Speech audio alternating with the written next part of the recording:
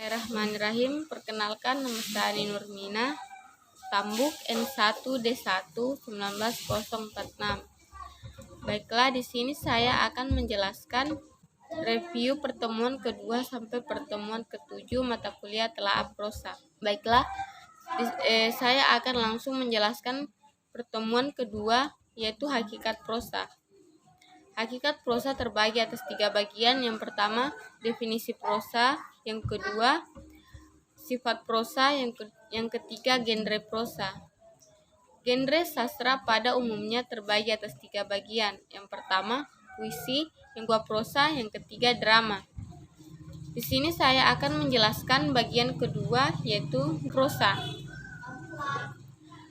Penyebutan lain dari prosa dalam buku-buku tentang prosa biasa disebut juga dengan fiksi. Istilah fiksi merupakan kata yang populer yang digunakan dalam buku kajian sastra. Prosa biasa disebut juga dengan teks naratif atau biasa disebut juga dengan wacana naratif dalam pendekatan struktural dan simbiotik. Definisi prosa. Prosa adalah karya naratif yang bersifat rekaan, khayalan, sesuatu yang tidak terjadi secara nyata dalam kehidupan. Abram pun mengatakan bahwa prosa merupakan karya naratif yang isinya tidak menyarankan pada kebenaran faktual atau sesuatu yang benar-benar terjadi. Setelah kita memahami definisi prosa, saya akan menjelaskan yang kedua, yaitu sifat prosa. Prosa bersifat imajinatif. Prosa atau fiksi bersifat imajinatif yang berarti bahwa hasil kerja rekaan khayalan pengarang. Meskipun demikian tidak benar jika prosa dianggap hasil namungan belakang, karena prosa merupakan hasil dari pengkhayalan dan perenungan yang dihasilkan pengarang secara intens terhadap hakikat hidup dan kehidupan. Hasil dari perenungan pengarang dengan penuh kesadaran dan tanggung jawab pengarang menghasilkan cerita berdasarkan pengalaman dan pengamatannya terhadap kehidupan, sehingga tentu saja penceritaannya bersifat subjektif. Sifat prosa yang kedua, yaitu kreatif. Kreatif yang merupakan hasil dari daya cipta pengarang aktif berpikir, memahami, mengkritisi, mengevaluasi, menganalisis, dan untuk menghasilkan pemikiran karya atau produk baru. Sifat prosa berikutnya yaitu estetis. Prosa merupakan sebuah karya yang memiliki keindahan yang bertujuan untuk menghibur pembaca. Sebuah prosa berarti menikmati cerita, menghibur diri untuk memperoleh kepuasan batin dan sekaligus memperoleh pengalaman kehidupan. Jadi, karya sastra merupakan sebuah karya imajinatif, kreatif yang mengandung nilai estetis. Di sini saya akan menjelaskan perbedaan antara novel populer dan novel serius. Yaitu di sini bagian ketiga, yaitu genre prosa.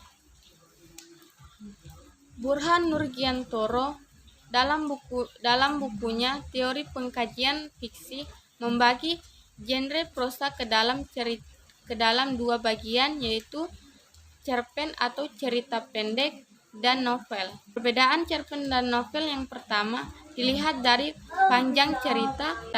Panjang cerita pada cerpen biasanya hanya berkisar 500 kata atau seperti kata Edgar Allan Poe adalah cerita yang selesai dibaca dalam sekali duduk.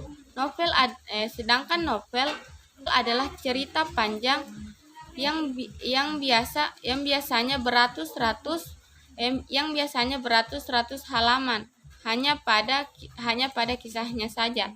Sedangkan novel mengisahkan permasalahan yang kompleks secara penuh. Unsur-unsur pembangun cerpen Unsur-unsur pembangun cerpen lebih sederhana, sedangkan unsur-unsur pembangun pada novel lebih rinci dan kompleks. Persamaan antara cerpen dan novel adalah keduanya sama-sama membangun dalam unsur-unsur yang sama, yaitu unsur intrinsik dan unsur ekstrinsik. Unsur intrinsik itu diantaranya adalah yang pertama, tema, latar, penokohan, tokoh, sudut pandang, gaya cerita, dan amanat. Novel serius tahan sepanjang, sedangkan novel populer tahan pada suatu saat saja. Pada saat membaca, perbedaannya pun terjadi pada saat kita membaca antara novel serius dan novel populer. Novel serius diperlukan konsentrasi yang tinggi untuk memahami kisahnya, sedangkan novel populer mudah dibaca dan dipahami. Novel serius sangatlah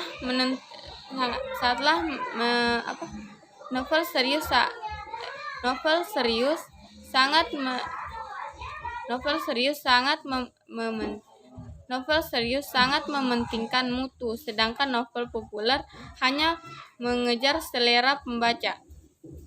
Artinya